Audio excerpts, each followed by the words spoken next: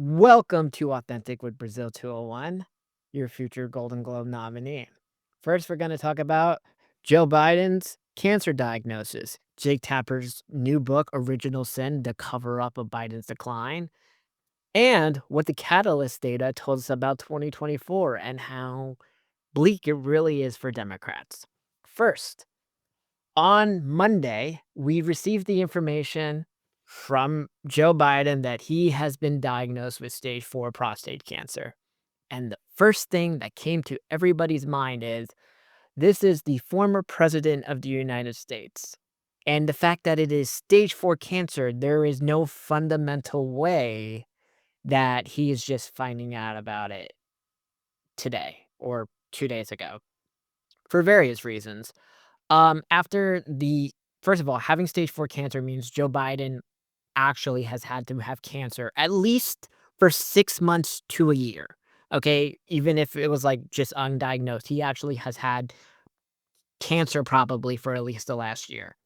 The other thing is after the debate performance in June of 2024, and then the COVID situation, which led to him drop out, and there was a press release saying if I have a health event, I will drop out of the presidential running.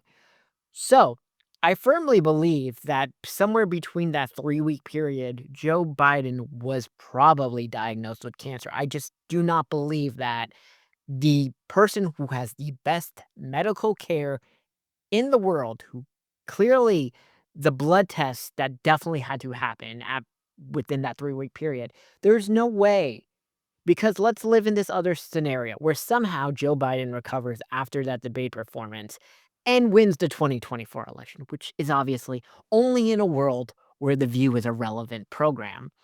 Um, we know we're gonna get into the Jake Tapper book of it all, but okay, we are 5 months into, the 2020 the second what would be his second term. He gets diagnosed with this.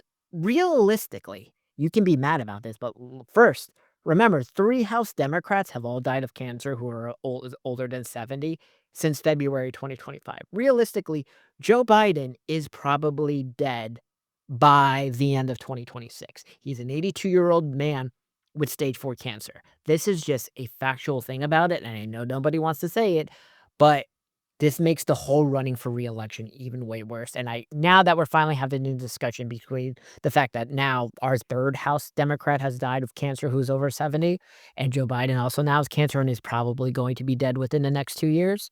And I know people are saying that's rude. This is just factual things of if you are a person with cancer over 75 and stage 4, you are most likely going to be dead within 2 years. That is just a factual situation. It makes the entire thing so much worse. Okay, next, Original Sins. Came out by Jake Tapper of CNN and Alex Thompson of Axios. I am currently on, what is this, chapter 13 of their book on Audible, and it lives up to everything. I can't believe all the nonsense that oh, no, I'm on chapter 16, The Bad Times, the day of the debate. I haven't gone into what happened at the debate yet in the book. The book is phenomenal. I truly recommend you getting the Audible version. Jake Tapper's voice is just so soothing. But Jon Stewart is right. Why the fuck is CNN just turning into this commission sale like, "Hey, have you got an Original Sins? Original Sins, Original Sin." Very cringy. It's kinda like the TikTok it's kinda actually more like the Pod Save America dorks who do the probiotic ad reads. I'm like, "Oh my god, this is so cringe." But the book is fantastic. It lives up to the hype. And Democrats should answer for this because you don't get to just be like, "We're moving forward." No. No, no, no, no, no, no, no. Okay? Because Dean Phillips is the only one with balls who did not, said, "I don't believe in Joe Biden," etcetera. He was the first. Okay? And we're gonna get into the disaster that is currently the Democratic Party is now that we're gonna transition from Original Sin to the Catalyst data. So, you've probably read Dan Pfeiffer's thing on the Catalyst data or Sarah Longbow from the Bulwark's thing on the Catalyst data. Let me tell you what I think. I'm gonna dumb it down for people because I don't speak in PhD speak, okay? I speak like a real person, okay? And people forget this because I write television shows, okay? So I know how to communicate to real people, to the average person, not the idiots on Blue Sky, which, by the way, this is going to get into a more major thing that is the structural problem currently within the Democratic Party. So the Catalist data came out 2 days ago, and it showed all the real data of everything within the 2024 election. And it's pretty bleak for Democrats across the board. And the people on Blue Sky, their answer to everything is, well, the entire country is racist and misogynistic. Fuck all these people. And you know what? I'm gonna just explain everything what the Catalyst data told us about 2024. So look, the Catalyst released its real data on the 2024 election, and we learned a lot. A lot of the information that seems to be breaking the brain of like their average Democrat staffer, who is usually like an out of touch leftist white woman or a gay man. And you're going to see a trend here in all the data, and it's cataclysmic, no pun intended, but it goes beyond going on podcast or being okay with people saying retard. Okay. Here's a big new finding from Catalyst showed that women and people of color made up the majority, 57% of the Trump coalition. So I really hope the land acknowledgement Avengers and pronouns and bios and Latinx and BIPOC and all the other fucking activist language losers realize something. Y'all better learn to pander to me, a self-centered white guy who's slightly problematic. Because let's explain these shifts. Non-college white swung 1.5% to Republicans. Men, non 3.5%. Women swung 0.2% to Democrats. College white, which is where I am, right? 3.1% swung to Republicans. Men in general, college, 5.3. You black, 3.3 swung right. No, wow. In general, this chart is kind of confused. Oh yeah, 3.3. Okay. In general, Latino men swung 12% to Republicans. Asian men swung 7%. Okay, there is a lot of debate here, okay? By the way, the national gender gap was 13%, slightly larger due to the significant drop off with males voting for Democrat, but will Democrats learn that their communication staffers should stop being 90% women and gay men? Because if you want to keep doing this, congrats on never winning a national election again, which also goes to the fact that 2028, even if I were somehow to win the Democrat nomination and win the presidential election, after the 2030 census, New York, New Jersey, California, Pennsylvania, Michigan are all going to lose electoral college votes. North Carolina, Arizona, Texas, Florida, Georgia are all going to gain, and probably more than anticipated because the 2020 census was undercounted due to the pandemic.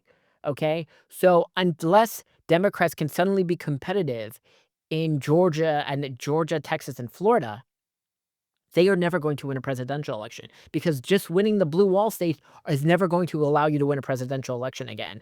Because guess what?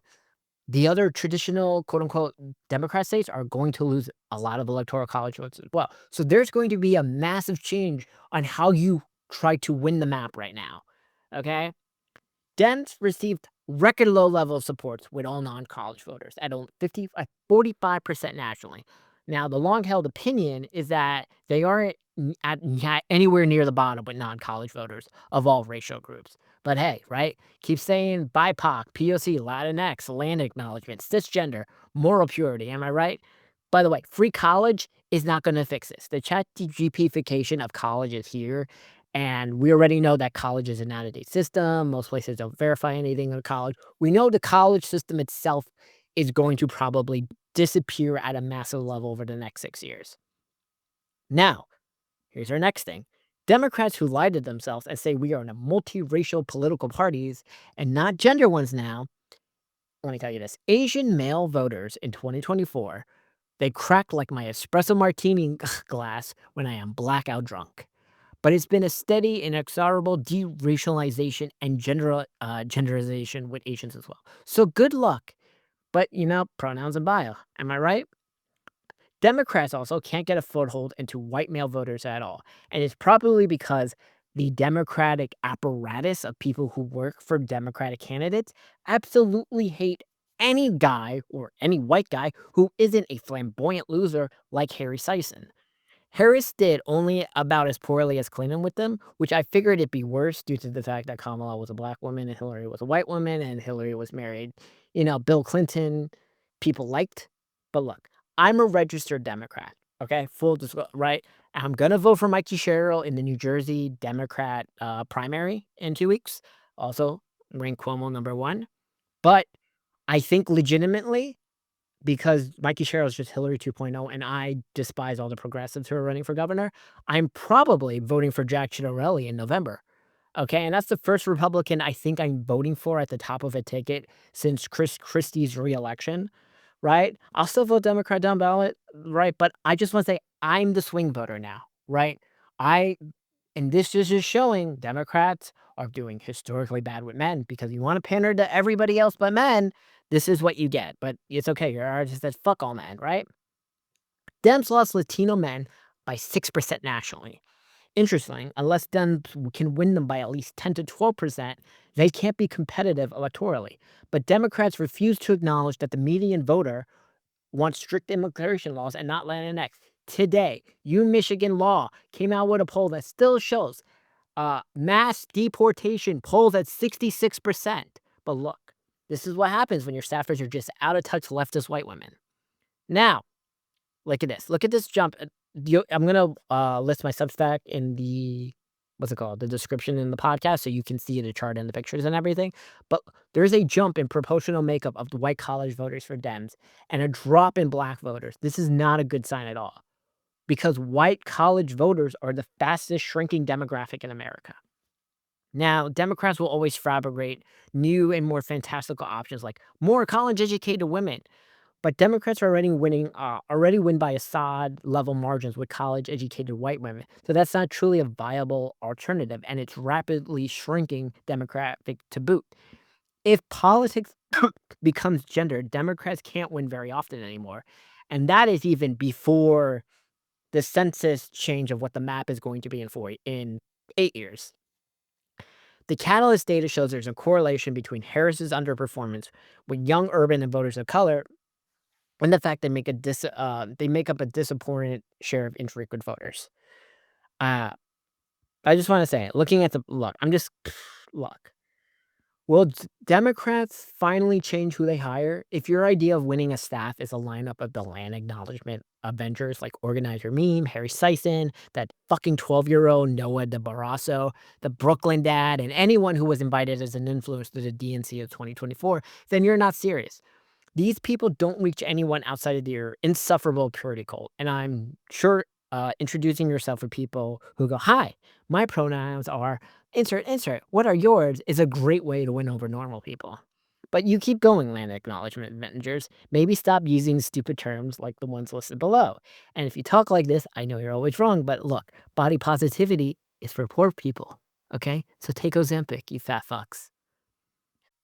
So look, there's a lot that clearly the Democrats need to do, and obviously this goes beyond like we if you saw the reactions to Bernie Sanders going on the Andrew Schultz podcast and how people are very mad that Bernie Sanders mocked the identity politics, like, "Oh, you're gay, you're amazing. Oh, wow, you're black, you're a wonderful person," right? And everybody laughed, but the people who are really mad at it or is everyone with pronouns in their bio.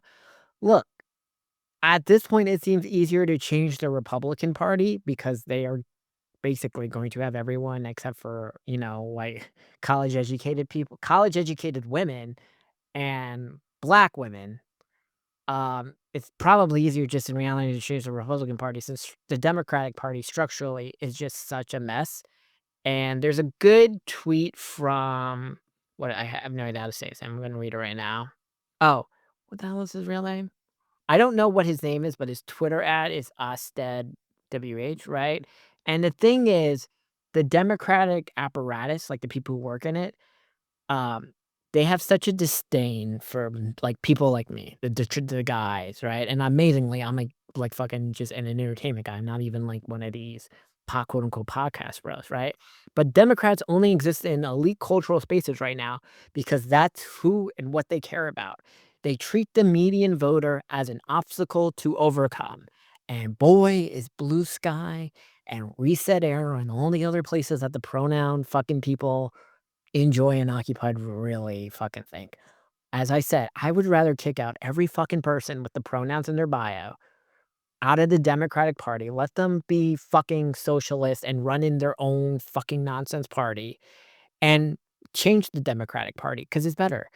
for it because you people fucking suck and are insufferable, and no one gives a shit what vegans have to say.